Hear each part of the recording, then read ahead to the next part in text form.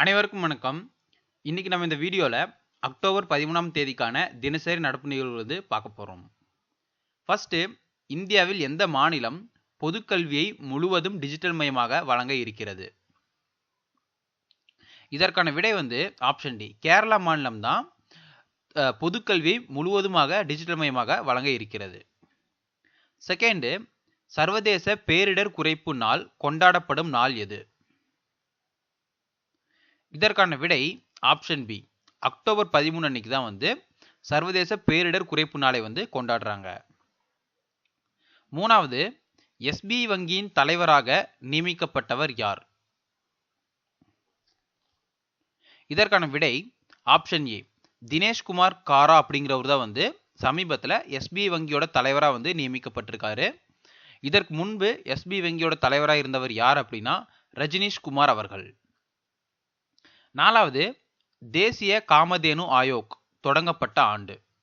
அதாவது ராஷ்டிரிய காமதேனு ஆயோக் அப்படின்னு கூட சொல்லலாம். ஸோ இந்த அமைப்பு எப்போ தொடங்கப்பட்டிருக்கு அப்படின்னா 2019 தான் இந்த அமைப்பு தொடங்கப்பட்டிருக்கு.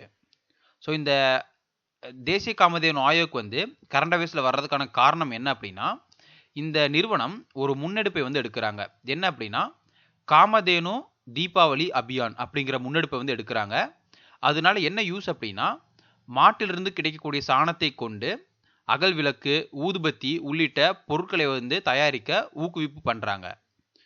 இதனால விவசாயிகளுக்கு வருமானம் கிடைக்கும் அப்படின்னு சொல்லி சொல்றாங்க.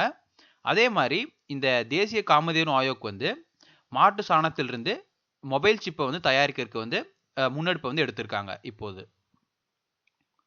அடுத்து அஞ்சாவது, முக்கிய மந்திரி சவுர் ஸ்வரோஜர் யோஜனா திட்டத்தை எந்த மாநிலம் தொடங்கியுள்ளது?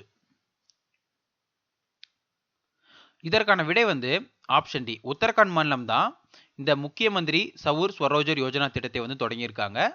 ஸோ இந்த திட்டத்தோட நோக்கம் என்ன அப்படின்னா, புதுப்பிக்கத்தக்க எரிசக்தியை உற்பத்தி செய்யறதுல இளைஞர்களுக்கு சுயவேலைவாய்ப்பை ஏற்படுத்தி தரணும் அப்படிங்கிறதா இந்த திட்டத்தோட முக்கியமான நோக்கம். அடுத்து ஆறாவது, இந்தியாவில் செயற்கை நுண்ணறிவு ஆராய்ச்சி மையத்தை இன்டெல் நிறுவனம் எங்கு அமைக்க உள்ளது? ஸோ இதற்கான ஆன்சர் என்ன அப்படின்னா ஆப்ஷன் பி. ஸோ ஹைதராபாத்தில் தான் செயற்கை நுண்ணறிவு ஆராய்ச்சி மையத்தை இன்டெல் நிறுவனம் அமைக்க இருக்கு. ஸோ இந்த இன்டெல் நிறுவனம் தெலுங்கானா கவர்மெண்ட் இது ரெண்டும் சேர்ந்து என்ன பண்றாங்க அப்படின்னா ஹைதராபாத்தில் இந்த ஆராய்ச்சி மையத்தை அமைக்க இருக்கிறாங்க. அடுத்து ஏழாவது, இ சஞ்சீவினி தொலை மருத்துவ வசதியை பயன்படுத்தியதில் முதலிடத்தில் இருக்கும் மாநிலம் எது? அதாவது இ சஞ்சீவினி என்ன அப்படின்னா, இந்த கொரோனா காலத்தில் மத்திய அரசு இந்த இ சஞ்சீவினி அப்படிங்கிற தொலை மருத்துவ வசதி ஏற்படுத்தியிருந்தாங்க. அதாவது நம்ம வீட்டில இருந்தே டாக்டரோட டைரக்டா பேசிக்க முடியும், மருத்துவ வசதியை கேட்டுக்க முடியும். ஸோ இந்த இதில் அதிகமான பயன்படுத்தி இருக்கிற மாநிலம் எது அப்படின்னா தமிழ்நாடு. தமிழ்நாடு தான் ஃபர்ஸ்ட் இடத்துல இருக்கு. எட்டாவது, சிட்வி துறைமுகம் எந்த நாட்டில் அமைந்துள்ளது? ஸோ இதற்கான விடை ஆப்ஷன் சி. ஸோ இந்த துறைமுகம் மியான்மரில் இருக்கு. ஏன் இந்த துறைமுகம் இடம்பெற்றிருக்கு அப்படின்னா, இந்தியாவோட உதவியோட தான் இந்த துறைமுகம் இது பண்ணிட்டு இருக்காங்க மியான்மரில்.